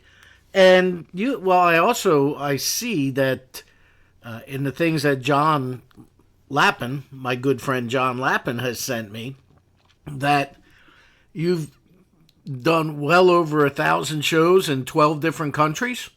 Yeah, in the 22 years, I've done quite a bit. Canada and America, also Australia and France and Belgium, Germany, Europe. Yeah, we've done quite a bit over the 22 years that I've been doing this. It's been a great career. It's been a great time. Now, have they been mostly festivals or Johnny Cash? You know how they have Comic-Con? Do they have Johnny Cash Con somewhere? I mean, why are these countries asking you to come perform over there? No, it's pretty much all been standalone theaters and venues that we come out and play. I just got back from Canada. We just did a 12-show run up there over the last couple of weeks. I just got back on Monday morning. Johnny Cash is kind of a musical icon. He's got fan bases all over the world, and his music is pretty timeless and big demographic of people. And, it's just something that I've been blessed to be able to be a part of and be booked out all over the world like that. So what got you interested in Johnny Cash? I've always been a fan of the music. I've always enjoyed his music, and I kind of grew up with it with like my grandfather and stuff. And but I really got into doing the tribute part of Johnny Cash, and the show stemmed from trying to break into acting, and I was cast for the role of Johnny Cash in Hollywood for a Broadway show called The $1 Million Quartet. Oh, okay. And so I'm going to, now that you even said that, I'm going to go out on a limb here and assume that you have actually visited Sun Records. Oh, yes, for sure. Yeah. What a great place. It's really, really a cool place. Yeah, I've actually been to a few of the different music studios, just being a fan of music. We're doing a tour through Alabama not long ago, and got to go and tour Muscle Shoals recording studio where the Allman Brothers and everybody was at also. That's another really, really, really cool music studio there. So I've had friends that have actually recorded three singles there, and they set it up that way. And I have other friends who just got done. As a matter of fact, they're having an EP release party for the EP they did at Sun Records. So it's definitely iconic. So as you said, you had auditioned or were given that. You got that part on Broadway, didn't you? I did. I was actually cast for the play, and we were working on it in Hollywood about a month at a time. I'd go out and spend time in Hollywood working on the play because it was still in its beginning stages. And in the meantime, while I was doing that, we started the Man in Black show, started touring the Man in Black show, and actually I ended up getting so busy with the Man in Black show that I never took stage with the $1 Million Quartet. I ended up dropping out because I just got too busy. I didn't have time anymore. And I had an opportunity to work for somebody in the $1 Million Quartet, or I continue working for myself with my own project, and I chose the self-employment route. Not to mention your project is over when you say it's over, and that project is over when the run is done. Yeah, and it's pretty much done now. There's a little bit going on here and there where my show's still running strong for 22 years now. So, yeah, in hindsight, I made the right choice, I think. I would tend to agree. So, take us through a night, a Man in Black tribute, from the time you get there for sound check to the very end. Yeah, usually we'll show up, we come in the day before usually. On this particular run, we've got quite a few shows going on, previous and after. We're in Atlantic City the night before. So we'll drive into Newton the day of the show. We usually get in around 2 o'clock. We'll do all our setups, get all the instrument and video and everything up and running, run our sound checks, grab some dinner between, and then the normal time is 8, which I think we're kicking off Newton at 8 o'clock also. Yeah, 8 p.m. is our kickoff time in Newton, and we'll run till about 10 o'clock because it's going to be a 2-part show.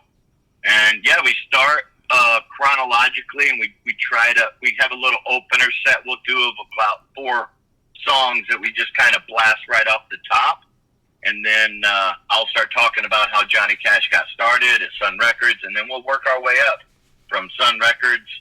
We'll talk about him leaving Sun Records and going on with Columbia, the Folsom Prison and the San Quentin albums that were in 68 and 69, how that led to his TV show that was filmed at the Ryman Auditorium, and then how the music industry started to change and kind of left Johnny Cash behind for a little while. He had a real lull in the 80s in his career, and we'll finish off with talking about how he came back to popularity through Rick Rubin and the American recordings in the early 1990s, and he recorded with Rick Rubin all the way up till he passed away in 2003.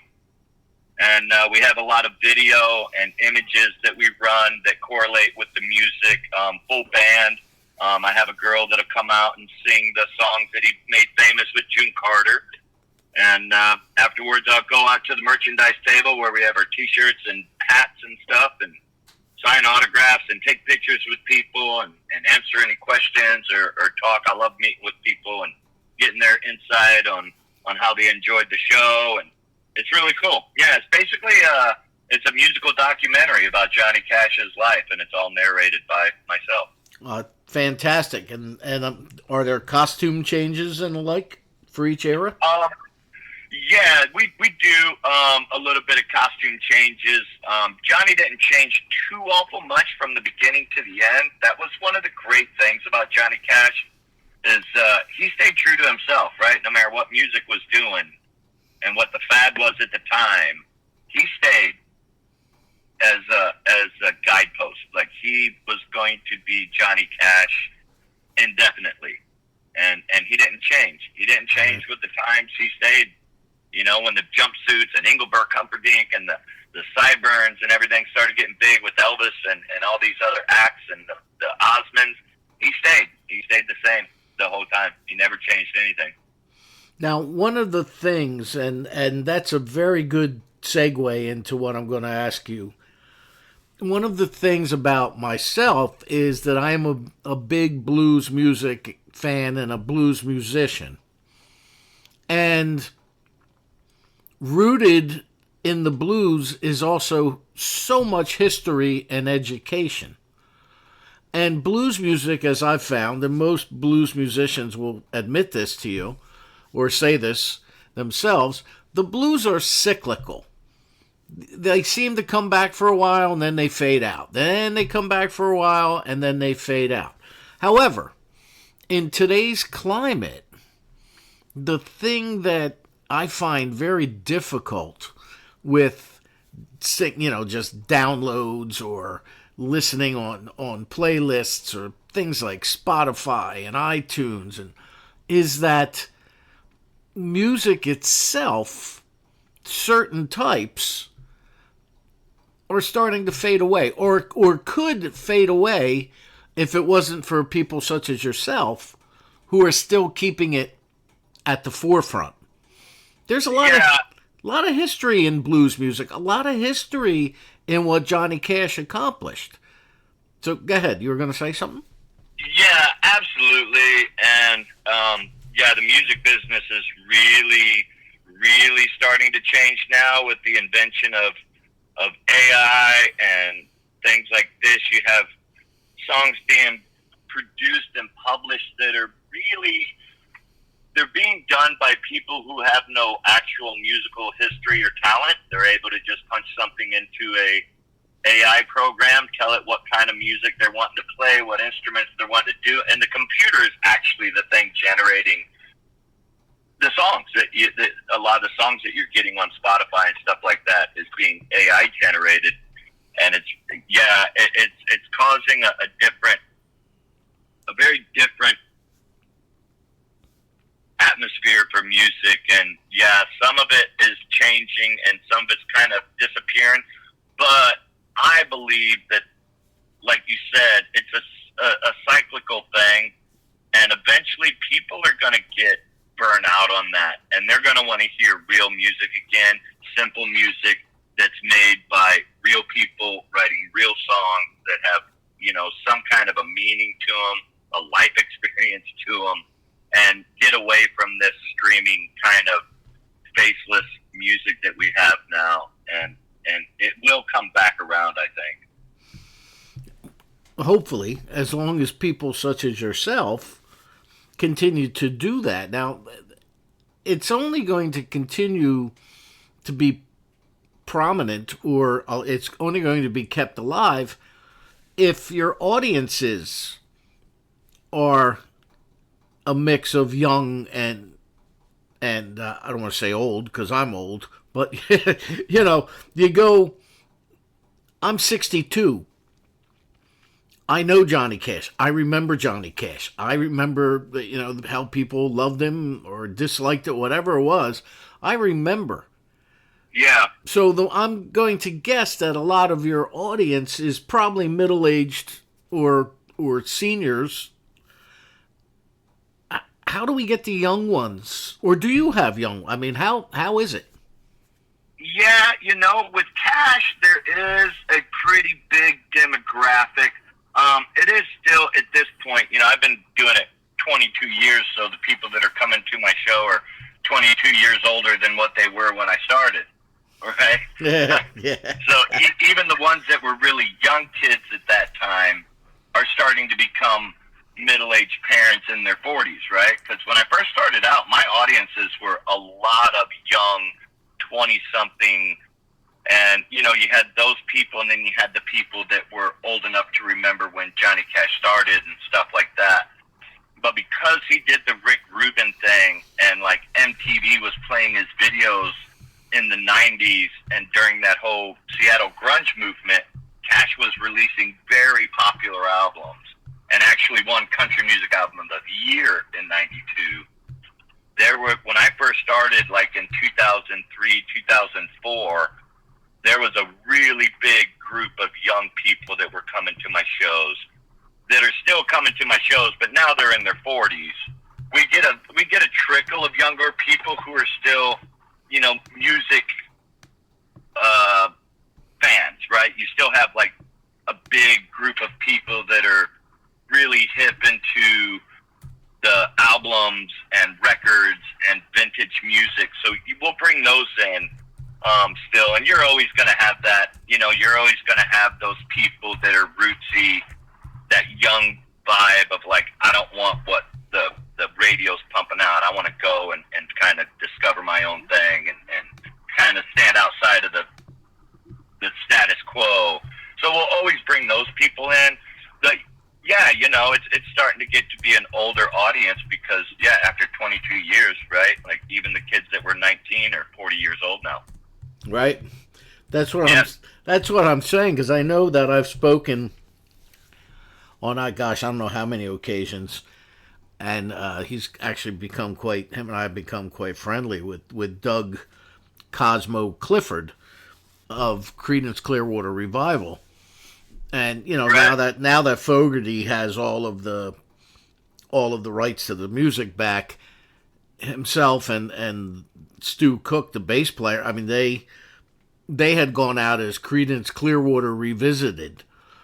And Right. I asked him kind of the same question. Well, what is the audience demographic? He said that people are bringing not only their children, but their grandchildren to Yeah. see Creedence Clearwater. And a lot of that is a tribute to the music. So Johnny Cash has a lot of recognizable songs. And that movie that came out with, what was the actor? Oh, gosh, I can see him. And Reese Joaquin. Witherspoon. Walk the Line. Yeah, Joaquin. Joaquin Phoenix, yeah. Yes. That always revitalizes something and makes people want to say, oh, okay, that helps. And then, now they're out seeing you. Maybe they hadn't been exposed to Johnny Cash until that movie. Yeah, unbelievably though, like I was saying, that movie came out when I started. So that movie is now over 20 years old.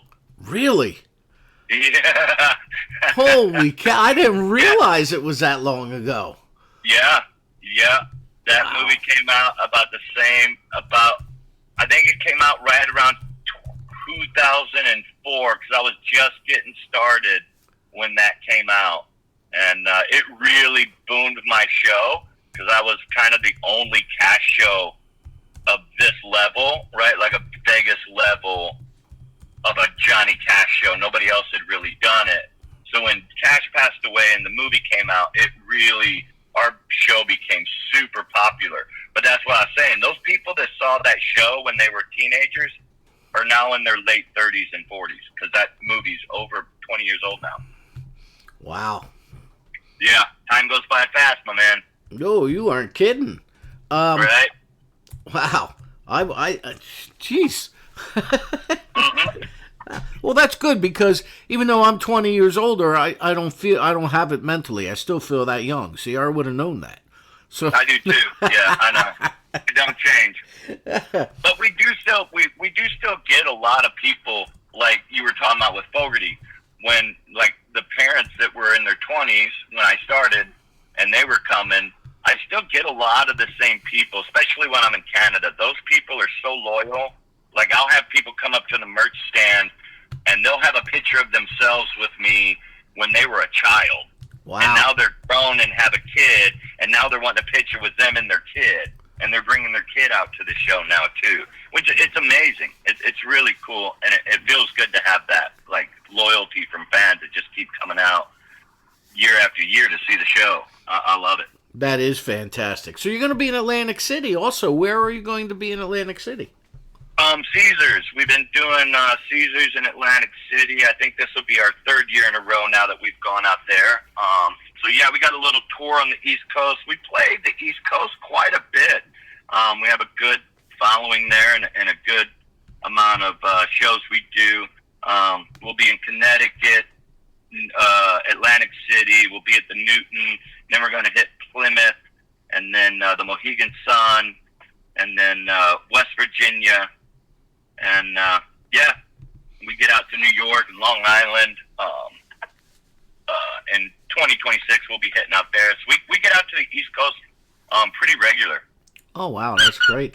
Do you guys have Yeah. a website or a social media? What's the best way to find out about the Man in Black? Go to themaninblack.com. Okay, great. I'm not gonna bore you with all the hoops I had to jump through to actually get themaninblack.com URL. I can imagine. I can imagine. For the cost to get that. Yeah, well, that I can imagine also. Wow. So, I know, like you just said, you're busy and you're constantly on the road. What do you do on your downtime? Usually try to rest my voice. You know, we just did 13 days in Canada, and I had 12 shows in those 13 days. So, and I'm the only singer, right? I'm running the full and talking. doing all the talking and all the singing for 2 hours per show. So when I'm down, I'm pretty much chilling around the hotel, grabbing dinner, trying to rest up for the next run of shows. It's a lot on the voice when you're doing that many shows, so you got to protect it. I don't drink no alcohol or stay out late at night or any of that kind of stuff anymore because I'm no longer young. I was 29 when I did my first Johnny Cash show, and I'm 52 now. Okay. All right. Well, good for you. Good for you. Maybe I should be more like you because I still stay out late and drink alcohol. Yeah, I just got to keep myself in good shape, and I want to be able to. I don't ever want to let my health be a problem of being able to go out and do the shows and stuff. It's my livelihood for one, so it's very important. Right. And I got my own family back home that I need to make sure that when I'm done with the road, that I'm still able to come home and be a dad and a husband and all that too. Very true. So you do have that to keep you busy in your downtime, and when I'm off and I'm at home, I'm doing the dad thing, and I love it. I have a 29-year-old son, I have a 22-year-old son, and I have a 2-year-old son. Yikes! And a 3-year-old granddaughter. Oh, good Lord! Yeah. Wow. Yeah. No. Big life. I've lived a big life. I've been blessed. Yes, you have, and that'll keep you busy. So yeah. before I let you go, you're working with a finite catalog. Albeit a big catalog, but you're working with a finite catalog. Yes. So how do you keep it fresh for the people who are going to see you at Caesars on Friday the 24th and possibly Newton on Saturday the 25th? How do you keep it fresh for the audience? Because I know you got to play certain things, probably like A Boy Named Sue and Walk the Line and Ring of Fire, so on and so forth. But how do you keep it fresh for the audience as well as yourself and the band? Well, for me, it's easy. I really love what I do. So every show is still a fun show for me. Every show is like the first show still. I'm still super stoked to get out and play every time I do it. I love the music that I'm playing. And for the people, we do try to make little changes here and there. The last time we were in Newton and the last time we were at Atlantic City, I did not have a girl on stage to do the June Carter stuff. It was just me and my band, so we threw in a few songs that maybe weren't quite as big as Ring of Fire. We were able to do some more obscure, real Johnny Cash fan songs. And then, when it comes to something like that, for the fans, they come and see the show year after year because we're doing the songs that they love to hear. If they have a Johnny Cash playlist, they're probably listening to the same Johnny Cash songs that we're doing on stage. And it's the ability to have your Johnny Cash playlist on stage played out in live music. And there's just something about live music and being in that atmosphere that's exciting, and it's just, it's different than hearing it on the radio, and it keeps bringing people back every year. And we do try to change it up a little bit, but yeah, we stay there. Like you said, there's a set list that we have to do. We're always going to do Boy Named Sue, Ring of Fire, Walk the Line, Folsom Prison Blues, The Man in Black. There is pretty much a big part of that set list that's never going to change, because if you don't do it, it's not really a tribute to Johnny Cash, right? Exactly. Yeah. And you have to approach it in a way that not everybody in the audience is going to be a record collecting Johnny Cash fan, and they're only going to know the songs that made him famous. So those are the songs that you need to do, because those are the ones everybody in the audience knows. Exactly. Okay. Yeah. Yep. So, that's great. So it doesn't get boring for anyone or frustrating or or tiresome, I should say.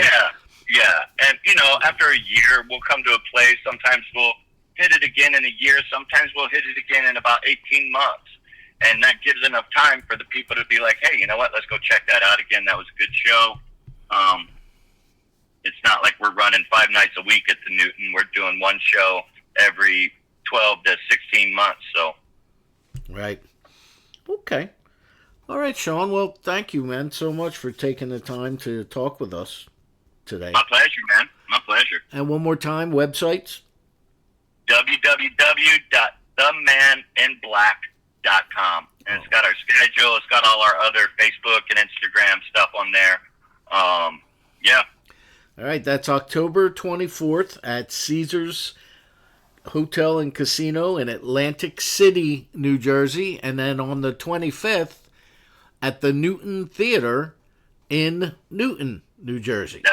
That's it. Okay, boat shows 8 o'clock? Yes, sir. Fantastic. All right, Shawn, thank you so much, man. Awesome. I appreciate you, Danny. All right, rock on, sir. Thank you. You have a good one.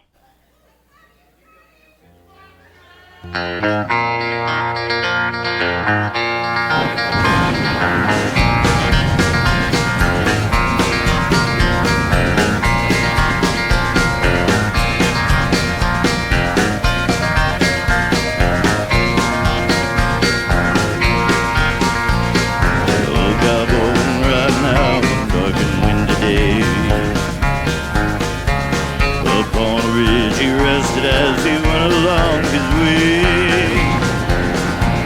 when all at once a mighty herd of red-eyed cows he saw plowing through the ragged sky and up a cloudy road. The brands were still on fire and the bulls were made of steel. The horns were black and shiny and their hot breath he could feel. A bolt of fear went through him as they thundered through the sky. He saw the riders coming hard, and he heard their mournful cry. Yippee-yi-yo, yippee-yi-yay. Those riders in the sky.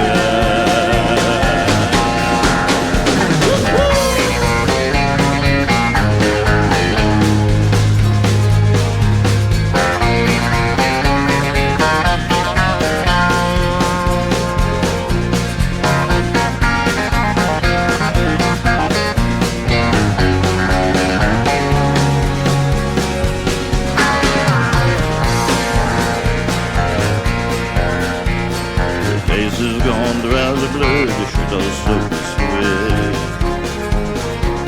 He's riding hard to catch that herd, but he ain't caught him yet. 'Cause the God ride forever on that range up in the sky, on horses snorting fire. As they ride on, hear their cry. As the riders look gone by him, he heard one call his name.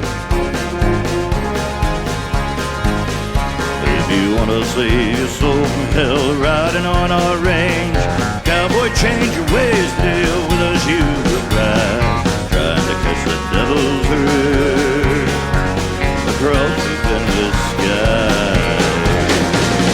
Yippee-yi-yo, yippee-yi-yay. Those riders in the sky. Those riders in the sky. Those riders in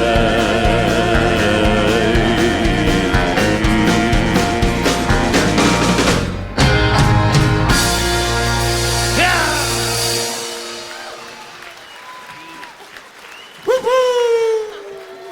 That's for all you cowboys out there. All right. Well, Claire, with our enthusiasm, we're already over our time limit, but Thank you, Cowboy. always nice to do a Franken show here. That's right. Ma'am. I put a cowboy hat on, I become a cowboy. That's right. Next week we have Dinosaur Stampede, and which will be really cool. And we'll see them guys next week. And thank you all for listening to tonight's show. Many thanks to Eliza Neals-Warren Zanes and Sean Barker. Until next week, rock on!